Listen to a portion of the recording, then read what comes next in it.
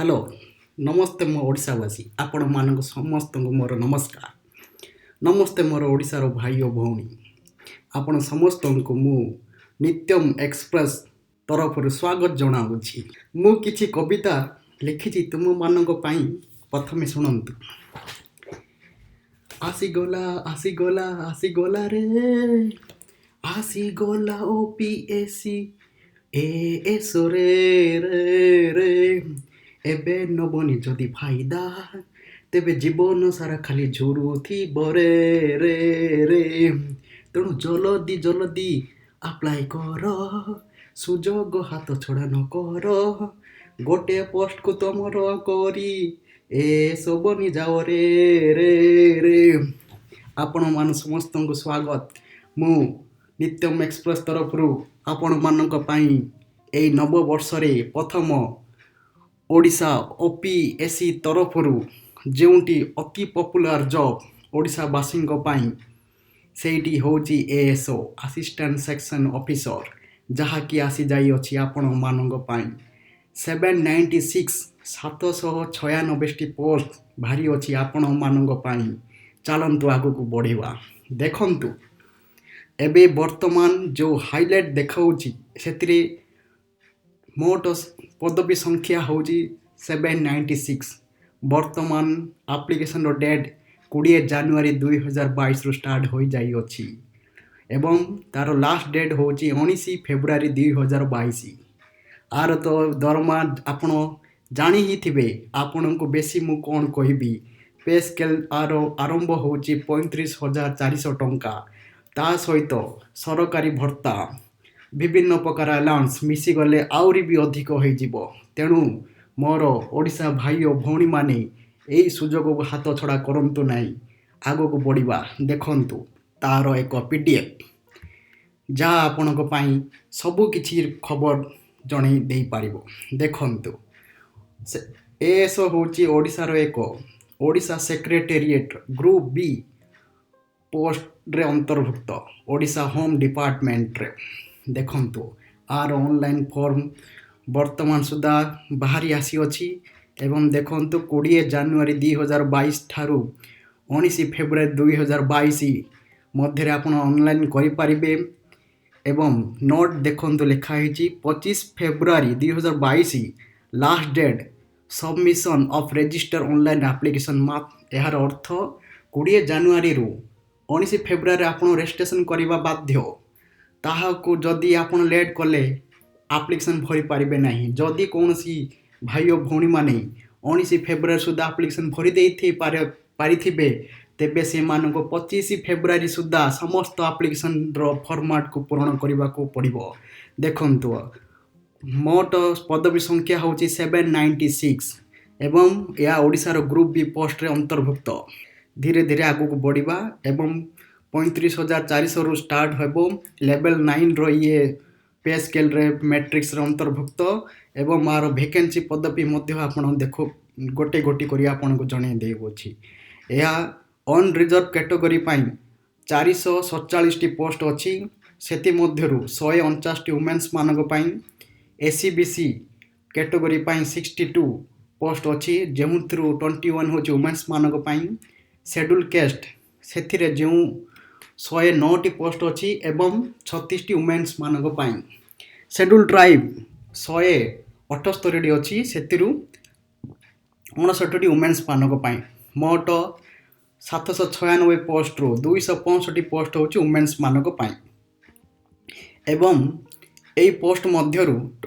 आपण मानक स्पोर्ट्समैन हेथिबे तेबे आपण को 8 टी पोस्ट मिलिबो सेतिरे वुमेन्स मानक पई 3 टी। एक्स सर्विसमैन जदि आपणकर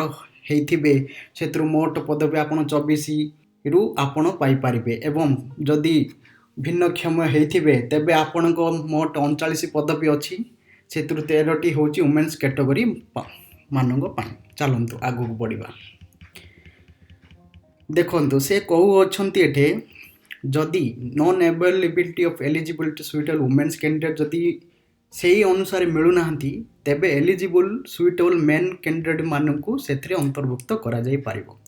द्वितीय रे कहउचंती exchange of reservation between schedule caste schedule tribe will not consider. माने आपण जदि आपण को केस्ट को चेंज करथै पारंती एक्सचेंज तेबे सिडा ग्रहणीय नुहे आगु को बढ़िबा आपण को गोटी गोटी करी सब किछि जहाँ किछि एडवर्टाइजर बाहर आपण को सब किछि कहबी जहाँ जहाँ हमको दरकार एवं देखंतु बयस सीमा 21 वर्ष रु 32 वर्ष 1 जनवरी 2021 पर्यंत थिला किंतु रिसेंटली एक अनाउंसमेंट रे ओपीएससी तार वेबसाइट रे एक अनाउंसमेंट करिसंती जहाँकि ओडिशा सरकार समस्त ओडिशा भाई और भौणी मानकर बयस सीमा बढ़ाई ताहा 32 वर्ष रु 38 वर्ष वर्तमान जेनरल कैटेगरी पाई ताहा माने आपण 21 वर्ष रु 38 वर्ष बयस सीमा मध्य होइथिबे ताहा सहित आपण जदि SC ST SCBC category PWD category ex serviceman category women's category मध्य आसुछंती तेबे 38 प्लस आपण को जहाँ अलाउंस रिलैक्सेशन एज अच्छे ताहा भी मिसीजी आपण को आउरी भी बयस बढ़ी जाई पारे तेणु मु जनरल पिला कथा कहूँ आपणकर बयस सीमा वर्तमान 32 नुह 38 वर्ष बयस सीमा भीतर जेते सब भाई और भौणी माने मोर अछंती से माने अप्लाई करि पारिबे देखंत एससी एसटी सोशल एससीबीसी एक सर्विस पाई रिलैक्सेशन 5 वर्ष दिया जाउची भिन्नक्षम मानक पाई 10 वर्ष दिया जाउची जो ताहा भी आपन 38 प्लस हेई बयस काउंट करा जाई पारिबो एवं आपण अप्लाई करि पारिबे देखंतु एजुकेशनल क्वालिफिकेशन रे आपण bachelor degree in any discipline from recognised university हेथिबे नचेत आपण बैचलर डिग्री रो कौन सी क्वालिफिकेशन जहाँ इक्विवेलेंट हेथिबो मोस्ट ताहा भी आपण फॉर्म भरि पारिबे ता सहित आपण नॉलेज इन कंप्यूटर एप्लिकेशन मध्य जानिथिबा दरकार एठारे देखंतु एप्लिकेशन फीस 500 टंका रखा जाई अछि जहाँ कि non refundable non adjustable fees ताहा सहित कुहा जाई अछि schedule caste schedule tribe and भिन्नक्षम मानक पाई यह पैसा बा एप्लिकेशन फीस शून्य बा कौन सी पैसा से मानठू नियाजिबो नाही एवं जहाँ भी फॉर्म भरिबे online payment application examination fees रे भरिबे ऑनलाइन रे ही भरिबे देखंतु तापर आछि मेथड ऑफ सिलेक्शन ओपीएससी रो जो असिस्टेंट सेक्शन ऑफिसर पोस्ट अछि सेतिरे आपण दुईटी स्टेज रे आपणकर नियुक्ति दिया जिवो गोटे होउची return examination objective MCQ question type जदि से उत्तीर्ण हेले तेबे आपन को स्किल टेस्ट वा कंप्यूटर रे प्रैक्टिकल रे क्वालिफाई होबा को पड़िबो जहाँ कि वर्तमान स्किल टेस्ट पाई 40% रखा जाई अछि वर्तमान देखंतु सेतिरे आपन उन्नति हेले आपन को मेरिट रे निया जाई पारिबो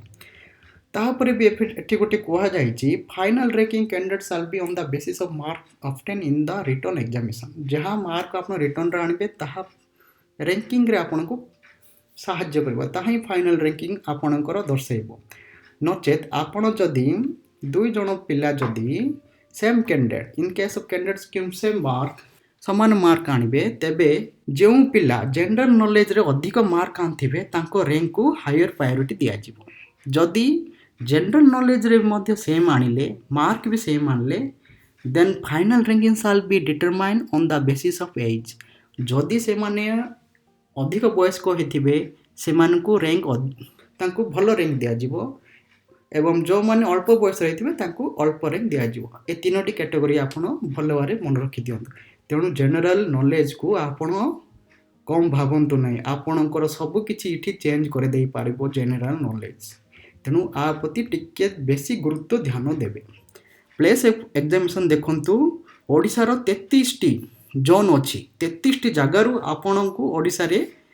एग्जामिनेशन सेंटर अच्छी जहाँ आपण को पाखरे निकटतर अच्छी एग्जाम सेंटर सेठी आपण को परीक्षा देवा पड़ो एटी ओडिशार समस्त सबु अंचल पूर्व पश्चिम उत्तर दक्षिण समस्त ओडिशार अंचल को कवर करा जाई अछि देखंतु तापर आपण को आसिला other eligibility condition other eligible condition रे आसिला देखो आपण सिटीजन ऑफ इंडिया रे होइथिबे द्वितीय रे read write speak in Odisha कोई पारुथिबे लेखि पारुथिबे पढ़ी पारुथिबे नचेत आप ଏଇଟା କରିବା ପଡ଼ିବ। ଦ୍ୱିତୀୟରେ ଆପଣ ମିଡ୍ ସ୍କୁଲ ଏକ୍ଜାମିନେସନ୍ ଓଡ଼ିଆ ଲାଙ୍ଗୁଏଜରେ ଦେଇଥିବେ କିମ୍ବା ଆଉ ଗୋଟେ ସବଜେକ୍ଟ ଆପଣଙ୍କର ଏକ୍ଜାମରେ ଥିବ। ମେଟ୍ରିକୁଲେସନ୍ ଇକ୍ୱିଭାଲେଣ୍ଟ ୱିଥ୍ ଓଡ଼ିଆ ମିଡ଼ିୟମ୍ ହେଇଥିବେ, ନଚେତ୍ ଆପଣ କ୍ଲାସ୍ 7 ଓଡ଼ିଆ ଲାଙ୍ଗୁଏଜରେ ପରୀକ୍ଷା ଦେଇ ପାସ୍ ହେଇଥିବେ, ତେବେ ଆପଣ ଏ ପରୀକ୍ଷାରେ ଅନ୍ତର୍ଭୁକ୍ତ ହେବେ। କାରଣ ଏ କେବଳ ଓଡ଼ିଶାର ପିଲାଙ୍କ ପାଇଁ, ବାହାର କୌଣସି ପିଲା ଏଠାରେ ଆପ୍ଲାଏ କରିପାରିବେ ନାହିଁ। ଓଡ଼ିଶା ପିଲା ଓଡ଼ିଶା ମିଡ଼ିୟମର ଓଡ଼ିଶା ଲାଙ୍ଗୁଏଜର ଟେଷ୍ଟ ସେମାନେ ଯଦି ପରୀକ୍ଷା ଦେଇଥିବେ ସେମାନେ ଏଠି ଫର୍ମ ଭରିପାରିବେ। ଦେଖନ୍ତୁ, ତାପରେ ଗୋଟେ ଗୋଟେ ଆପଣଙ୍କୁ କହୁଅଛି, କ୍ୟାଣ୍ଡିଡେଟ୍ ଯଦି more than one spouse living ଥିବେ ସେମାନେ ଏଲିଜିବୁଲ୍ ହେବେନି। ତାପରେ କହୁଛି, if the candidate any time debar from the any public service, Odisha public service, ସେମାନେ ମଧ୍ୟ ଏଠି ଏଲିଜିବୁଲ୍ ହେବେନି। ଯଦି ଆପଣ ପାର୍ଟ ଟାଇମ୍ କିମ୍ବା ଫୁଲ୍ ଟାଇମ୍ ଜବ୍ କୌଣସି କ୍ଷେତ୍ରରେ କରୁଛନ୍ତି, ତେବେ ଆପଣଙ୍କୁ ରିକ୍ରୁଟମେଣ୍ଟ ସେକ୍ସନ୍ ଯେତେବେଳେ ଆପଣଙ୍କ ଡକୁମେଣ୍ଟ ଭେରିଫିକେସନ୍, ସେତେବେଳେ ଆପଣ ନନ୍ ଅବଜେକ୍ସନ୍ ସାର୍ଟିଫିକେଟ୍ NOC ଧରିକି ନେଇ ଆସିବେ। ସେଠି ଆପଣଙ୍କର ତାହା ଭେରିଫିକେସନ୍ କରାଯିବ। ତାପରେ ଦେଖନ୍ତୁ, ସମସ୍ତ କିଛି ବଢ଼ିଆ OPSCର ଯେଉଁ ଆଡ଼ଭର୍ଟାଇଜ୍ ବାହାରୁଛି ତାକୁ ତନ୍ନ ତନ୍ନ କରି ପଢ଼ିକି ଫର୍ମ ଭରିବା ହିଁ ଭଲ। ଅତି ବ୍ୟସ୍ତରେ ଯଦି ଫର୍ମ ଭରିବେ କୌଣସି ଭୁଲ ହେଇଯିବେ, ପରେ ଆପଣ ପସ୍ତେଇବେ। ସେତେବେଳେ କୌଣସି ସମୟ ନଥିବ ଆପଣ ପାଖରେ କିଛି ଚେଞ୍ଜ କରିପାରିବେ। ଦେଖନ୍ତୁ, ସେଠି ଆଉ ଗୋଟେ ଇମ୍ପୋର୍ଟାଣ୍ଟ ପଏଣ୍ଟ ଅଛି, the post is permanent, appointment can be terminated as per provision contain in OCS rule. ଏ ପୋଷ୍ଟ ତ ପରମାନେଣ୍ଟ ଭାଇ, ଆପଣ ଆହୁରି ଅଧିକ କିଛି ଭାବନ୍ତୁ ନାହିଁ। ଏ ପୋଷ୍ଟ ଯାହା ଆପଣ ଓଡ଼ିଶାରେ ରହିବେ, ଓଡ଼ିଶାର ଭୁବନେଶ୍ୱରରେ ହିଁ ଆପଣଙ୍କୁ ସିଲେକ୍ସନ୍ 99% ସମସ୍ତ ଛୁଆ, ସମସ୍ତ ଭାଇ ଓ ଭଉଣୀମାନଙ୍କୁ କରାଯାଉଛି। ସେମିତି କିଛି ଯଦି ଏମର୍ଜେନ୍ସି କ୍ଷେତ୍ର, ଯେପରି ବର୍ତ୍ତମାନ ଯେଉଁ କରୋନା ପରିସ୍ଥିତି, ଏମର୍ଜେନ୍ସି କ୍ୟାଣ୍ଡିଡେଟ୍ ସମୟରେ ଅଳ୍ପ କ୍ୟାଣ୍ଡିଡେଟ୍କୁ ସେମାନେ ବାହାରର ଓଡ଼ିଶା ଭୁବନେଶ୍ୱରରୁ ବାହାରେ କିଛି ଲିମିଟେଡ୍ ଟାଇମ୍ ପାଇଁ ପୋଷ୍ଟିଂ କରାଇଥାନ୍ତି। ତାହା ସରିଗଲା ପରେ ପୁଣି ଆପଣଙ୍କୁ OPSCର ସେକ୍ରେଟାରିଏଟ୍ କ୍ୟାଡେଟ୍କୁ ପୁଣି ଥରେ ରିଟର୍ଣ୍ଣ କରାଇ ନିଅନ୍ତି। ଆପଣ ଭୁବନେଶ୍ୱରରେ ହିଁ ରହିବେ। ଭୁବନେଶ୍ୱର ପାଖରେ 99% କ୍ୟାଣ୍ଡିଡେଟ୍ ରୁହନ୍ତି। ଏଇଟା ଗୁଡ୍ ଅପରଚ୍ୟୁନିଟି। ଦେଖନ୍ତୁ, ତାପରେ ଲେଖା ହେଇଛି, ଆପଣ ଯେତେବେଳେ ଡକୁମେଣ୍ଟ ଭେରିଫିକେସନ୍କୁ ଯିବେ, ଏଇ ଗୁଡ଼ାକ ଡକୁମେଣ୍ଟ ବି ନେଇଯିବେ। ଆପଣ ତ ସବୁ ଜାଣିଛନ୍ତି, HSC document, +2 document, degree document, then SC ST caste certificate document, ଯଦି ଓଡ଼ିଆ ପାସ୍ ସାର୍ଟିଫିକେଟ୍ ଥିବ ଓଡ଼ିଆ ପାସ୍ ସାର୍ଟିଫିକେଟ୍ ନେବେ, NOC ଥିବ NOC ନେବେ, ଯଦି ଆପଣ PWD ସାର୍ଟିଫିକେଟ୍ ନେବେ, ସ୍ପୋର୍ଟସ୍ କ୍ୟାଣ୍ଡିଡେଟ୍ ଥିବ ସ୍ପୋର୍ଟସ୍ ସାର୍ଟିଫିକେଟ୍ ନେବେ। ଏବଂ ସିଏ ଏଠି ଗୋଟେ ମେନସନ୍ କରାଇ ଦେଉଛନ୍ତି, ଯଦି ଆପଣଙ୍କର କାଷ୍ଟ ସାର୍ଟିଫିକେଟ୍ SC ହଉ ST ହଉ SC BC, ତା within last 3 years closing date of submission of online application form ହେଇଥିବ। ସେ କହୁଛନ୍ତି କି ଲାଷ୍ଟ 3 ବର୍ଷ ଭିତରେ ଆପଣଙ୍କର ଏ କାଷ୍ଟ ସାର୍ଟିଫିକେଟ୍ ଗୁଡ଼ିକ ଥିବ। ଯଦି 3 ବର୍ଷରୁ ଆପଣଙ୍କର 19 ଫେବୃଆରୀ ସୁଦ୍ଧା 3 ବର୍ଷରୁ ଅଧିକ ବୟସରେ ଯଦି ସାର୍ଟିଫିକେଟ୍ ପୁରୁଣା ଅଛି, ତେବେ ଆପଣ ଏବେଠୁ ଆପ୍ଲାଏ କରାଇ ନିଅନ୍ତୁ। କାହିଁକିନା ଶେଷ ବେଳକୁ ଆପଣଙ୍କୁ ସୁବିଧା ହେବ, ଆପଣମାନଙ୍କୁ କୌଣସି ପ୍ରକାର ଅଧିକ ଟେନସନ୍ ନେବାକୁ ପଡ଼ିବ ନାହିଁ। ତେଣୁକରି ଏବେଠୁ ହିଁ ସବୁକିଛି ପ୍ରିପେୟାର କରି ନେବାଟା ହିଁ ଭଲ। ଦ୍ୱିତୀୟରେ ଦେଖନ୍ତୁ, ସେ କହୁଛନ୍ତି ଗ୍ରାଉଣ୍ଡ ଅଫ୍ ରିଜେକ୍ସନ୍। ଏଇଟା ହେଉଛି ଭାଇ ସବୁଠୁ ମୂଳ ଜିନିଷ। ଆପଣ ସବୁ କଷ୍ଟ କରିବେ, ଯଦି ଆପଣ ଆପ୍ଲିକେସନ୍ଟି ସଠିକ୍ ଭାବରେ ଆକ୍ସେପ୍ଟ ନ ହେଲା, ତେବେ ସବୁ ପରିଶ୍ରମ ବେକାର, ବୃଥା। ତେଣୁକରି ଏଇଟା ବେଶୀ ଇମ୍ପୋର୍ଟାଣ୍ଟ। ଦେଖନ୍ତୁ, କେଉଁ ଗ୍ରାଉଣ୍ଡରେ ରିଜେକ୍ସନ୍ ସେମାନେ କରନ୍ତି, ଇନକମ୍ପ୍ଲିଟ୍ ଆପ୍ଲିକେସନ୍ ଫର୍ମ ହେଇଥିବ, non submission of hard copy online application form at the verification of original document, ଯଦି ନଟ୍ ସାଇନିଂ ଡିକ୍ଲେରେସନ୍ରେ ସାଇନ୍ କରିନଥିବେ full signature, not coming with the age ଲିମିଟ୍ରେ ଯଦି ଆସୁନଥିବେ, ଯଦି PWD ହେଇଥିବେ ଲେସ୍ ଦେନ୍ 40% ଆପଣଙ୍କର ପରମାନେଣ୍ଟ ଡିଜାବିଲିଟି ଥିବ, ଯଦି ଆପଣଙ୍କ କ୍ୱାଲିଫିକେସନ୍ ଗ୍ରାଜୁଏଟ୍ ବା ଇକ୍ୱିଭାଲେଣ୍ଟ ହୋଇନଥିବ, ନନ୍ ପେମେଣ୍ଟ ଅଫ୍ ଏକ୍ଜାମିନେସନ୍ ଯଦି କରିଥିବେ, ପେମେଣ୍ଟ କରାଇ ନେଇଥିବେ, ନନ୍ ପାସିଂ ଓଡ଼ିଆ, ଯଦି ଆପଣ ଓଡ଼ିଆ ମିଡ଼ିୟମ୍ ଛୁଆ ନୁହନ୍ତି, ଆପଣ ଯେଉଁ ଓଡ଼ିଆରେ ଯଦି 7ମ ଷ୍ଟାଣ୍ଡାର୍ଡ଼ର ଓଡ଼ିଆ ଲାଙ୍ଗୁଏଜରେ କୌଣସି ପରୀକ୍ଷା ଦେଇନାହାନ୍ତି, ନଚେତ୍ ଓଡ଼ିଆ ପାସ୍ ଷ୍ଟେଟ୍ ଆପଣଙ୍କର ନାହିଁ, ତେବେ ମଧ୍ୟ ଆପଣ ଡିସ୍କ୍ୱାଲିଫାଇ ହେଇପାରିବେ। Then copies of non furnishing copies of certificate, ଯାହା କପିସ୍ ଆପଣଙ୍କୁ ଉପରେ କହିଲି ଡକୁମେଣ୍ଟ ଭେରିଫିକେସନ୍ ଟାଇମ୍ରେ ଯଦି ସେଗୁଡ଼ିକ ଆପଣଙ୍କ ପାଖରେ ଉପଲବ୍ଧ ନଥିବ, କିନ୍ତୁ ଫର୍ମରେ ଆପଣ ଲେଖିଦେଇଥିବେ, ଭରି ଦେଇଥିବେ, ସେ ଟାଇମ୍ରେ ଆପଣ ହେବେ। Suppression of fact information about the eligibility, ଆପଣ ଯଦି କୌଣସି ଜିନିଷକୁ ଛୁପେଇଛନ୍ତି, से जिनस आप आप्लिकेसन टाइम भरी देइचंदी किंतु आपण पारे से गोटा डॉक्यूमेंट नहीं सेति भी आपण को रिजेक्शन करा दिबो any other ground as decision for the commission अन्य किछि ए सब तो मुख्य देन देखंतु हाउ टू एप्लिकेशन रे देखंतु वर्तमान तो आज डेट हो गलानी आपण को मु अनुरोध करी आपण जल्द से जल्द एप्लिकेशन भरंतु Odisha public service commission website को जांतु सेठी आपण राइट कॉर्नर रे अप्लाई ऑनलाइन बटन अच्छी सेठी क्लिक करंतु सेठी आपण को ओडिशा पब्लिक सर्विस तरफ जेते सब पोस्ट बाहरी सेठी आपण देखिए किंतु वर्तमान प्रथम रे ही असिस्टेंट सेक्शन ऑफिसर अच्छी ताहाको आपण जदि राइट साइड रे न्यू यूजर जाइकरी आपण को रजिस्ट्रेशन नंबर आपण को ना ईमेल आईडी ए सब दे न्यू रजिस्ट्रेशन करे देबे देन आपण ऊपर तार अन्य एक बटन अच्छी रजिस्ट्रेशन को जाइए आपण फॉर्म भरी पारिबे किंतु ओडिशा पब्लिक सर्विस एथर एक नुआ फॉर्मेट रे निजर एप्लिकेशन नेउ अछि तेणुक आपण को मु अनुरोध करी आपण वर्तमान टू करंतु काईना जो फॉर्मेट एबे ओडिशा पब्लिक सर्विस करिसंती ता टिके लेंदी प्रोसेस जदि आपण को नेट सर्वर डाउन थिबो किबा आपण जदि शेष समय रे पकेबे सेते बेले सर्वर निश्चय डाउन थिबो कारण एहा एमिति एक पोस्ट आपण सब जानिचंती ताहाकू कौन सी पिला हाथ छड़ा करंती नाही शेष बेले को सब पकेबे लक्ष लक्ष पिला गोटे टाइम रे ही पकाउथिबे आपण को टाइम मध्य मिलबनी किबा आपण को साइड मध्य खुलीबो वा नहीं तार भी संभावना बेसी काईना तार वर्कलोड से सर्वर साइट रे बेसी बढ़ी जिवो तेणु आपण को वर्तमान ठारू निजर सब किछि एप्लिकेशन भरी देबा को मु अनुरोध करूची काईना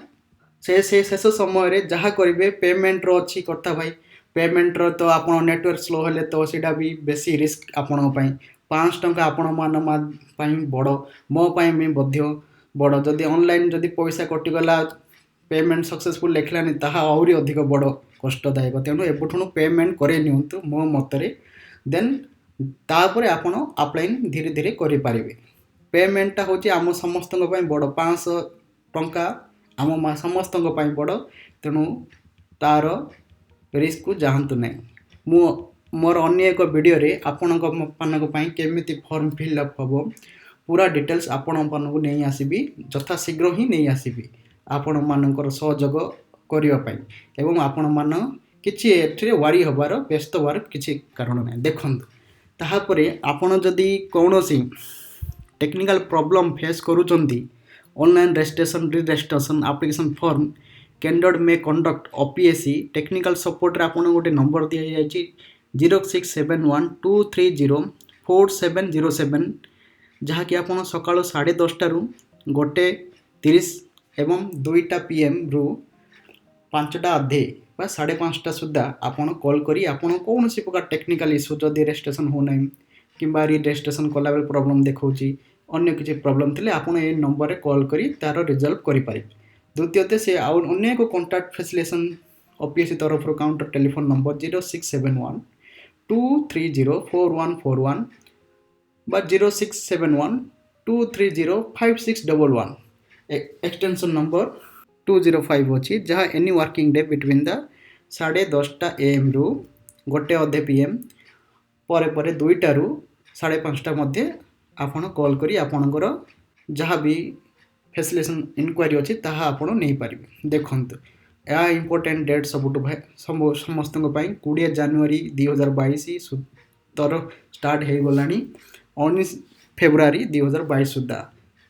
ताहाको आपण 19 फेब्रुआरी सुधा अपेक्षा करंतु नहीं आपण काली कहीकि केबे आसीजिवो 17 फेब्रुआरी 18 फेब्रुआरी 19 फेब्रुआरी जानी पारिबे नहीं लेट हो मु जानी मु भी आपण उपरी छुआ मु भी आपण उपरी बयस दे आसी तेणु वर्तमान सुधा अप्लाई करने चेष्टा करंतु एवं थरे एप्लिकेशन रजिस्ट्रेशन हो सारा पर आपणकर लास्ट डेट हम फॉर्म फिलअप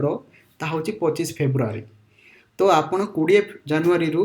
19 फेब्रुआरी सुधा रजिस्ट्रेशन करने बाध्य तापर आपको कौन रजिस्ट्रेशन कर सुजोग ही ओपीएस तरफ मिलना ना जदि ओपीएस तरफ पुणी थे रिक्वेस्ट है जदि माने डेट घुंचाते तेबे ही करें ता अत्यंत कम तेणु आपण 19 फेब्रुआरी सुधा रजिस्ट्रेशन कर दिंतु जदि हो ताहापर आपण फेब्रुआरी 25 सुधा आपण समस्त फॉर्म को फिलअप करी सबमिशन करई नियंतु ऑल द बेस्ट कारण एटा बड़ो एग्जाम भाई ए एग्जाम विषय आपण शुणी थे आपण माध्य मु अन्य किछि दउची आपण देखंतु एठार सिलेबस देखंतु मेंशन करिछि चारिटी पेपर आसीबो रिटन एग्जामिनेशन रे गोटे रे जनरल अवेयरनेस जहा कि 100 मार्क 100 टी question 1.5 hour then test of reasoning mental ability जहा कि 50 मार्क मैथमेटिक्स 10 स्टैंडर्ड लेवल जहा भी 50 मार्क ए दुईटी मैथ एंड रीजनिंग मिसिक 100 मार्क आपन को गोटे अधे आवर दिया जिवो बा 90 मिनिट्स दिया जिवो थर्ड लैंग्वेज इंग्लिश 100 मार्क एवं ओडिया ताहा भी 100 मार्क मोट 200 मार्क को आपन 2 घंटा 120 मिनिट दिया जिवो देन एथिरु आपन क्वालिफिकेशन हला परे आपन को स्किल टेस्ट बा 4 नंबर जहा कि 50 मार्क अछि 5टी क्वेश्चन आसीबो गोटे घंटा दिया जिवो देखंतु जनरल अवेयरनेस रे आपन को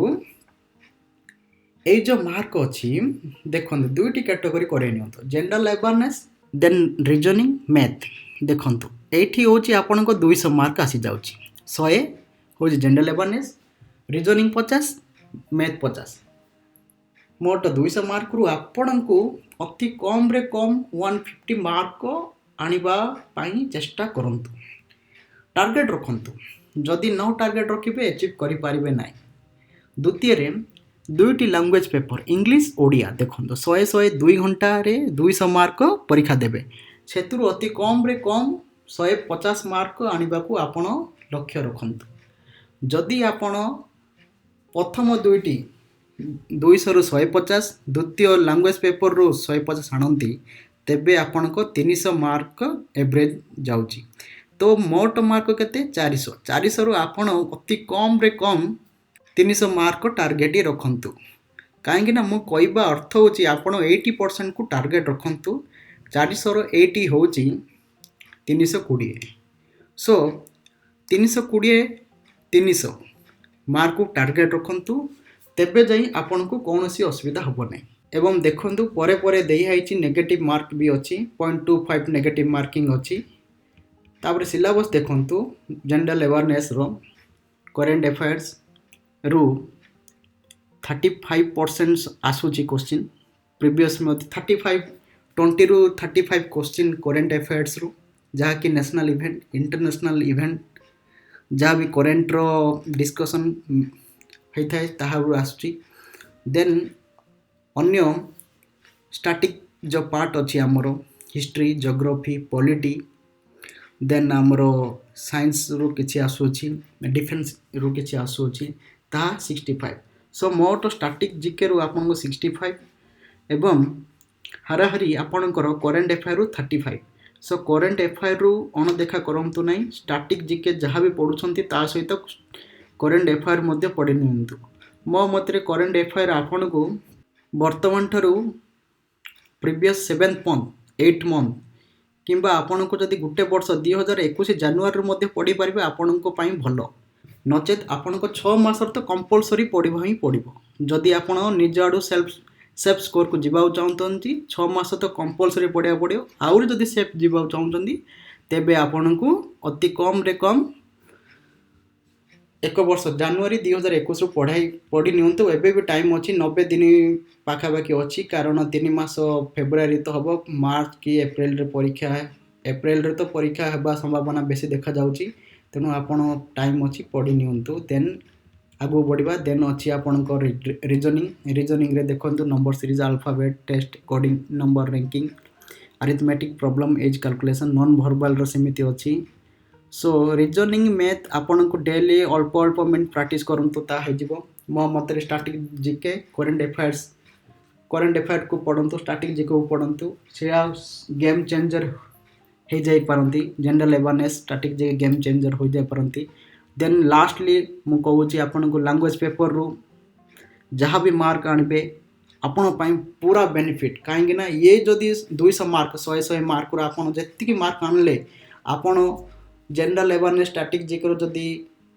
करेन्ट अफेयर जदि कमिगले भी ए आपको पूरा सेल्फ स्कोर सेल्फ पोजिशन को बोले सिक्योर पोजिशन को नहीं जाई पारिबो। तेणु मु अधिक आपको रिक्वेस्ट करुँची ओडिया इंग्लिश पेपर को बेसी ध्यान दिंतु। थार्डली करेन्ट अफेयर स्टार्टिंग जगह दिंतु। देन मैथ रीजनिंग को हेला भी करंतु नहीं, अल्प अल्प देखंतु। शेष बेलू आप फुल प्रैक्टिस करदे, समय अच्छी आपण पाखे तार सुजोग नियंतु। एवं आपन जदि एक पोजिशन एएसओ पाइबा निश्चित करवा चाहूँ तेबे 80% को टार्गेट रखु। 300 रु 320 मार्क भीतर जदि आपन को पूरा टार्गेट के पढ़ापढ़ी करूँ। जदि 300 320 मार्क भीतर रोचंती आपण पूरा सेफ स्कोर हो आपणकर जो पोजिशन गोटे सेफ जोन को चली जीवो। तेणु मु आपको अनुरोध करुच्ची एसपरी पदवी को अणदेखा करूँ ना। जहाँ एवं पोस्ट बाहरी 796 पोस्ट ता किसी कम नुहे, ताहा भी एक बड़ संख्या। तेणु आपण को केवल गोटे पोस्ट दरकार। आपण 796 पोस्ट छाड़ू, आपण को गोटे पोस्ट केमिति आपण को मिलिबो ताकू किपरि आपण निजर करिवे चेष्टा करंतु। एवं मु परवर्ती समय रे आपण को पई एस तरफरु जहाँ भी आम सार मान तरफ मोर क्लाइंट मान तरफ मोर फ्रेंड्स मान तरफ जहाँ भी मटेरियल मिलिबो आपण मान को दउथिबी, आपण को सहयोग करूथिबी। आपण को जदि वीडियो रे किछि डाउट थाए तेबे मते कमेंट सेक्शन रे निश्चय लिखि जणाइबे। रहउची, धन्यवाद।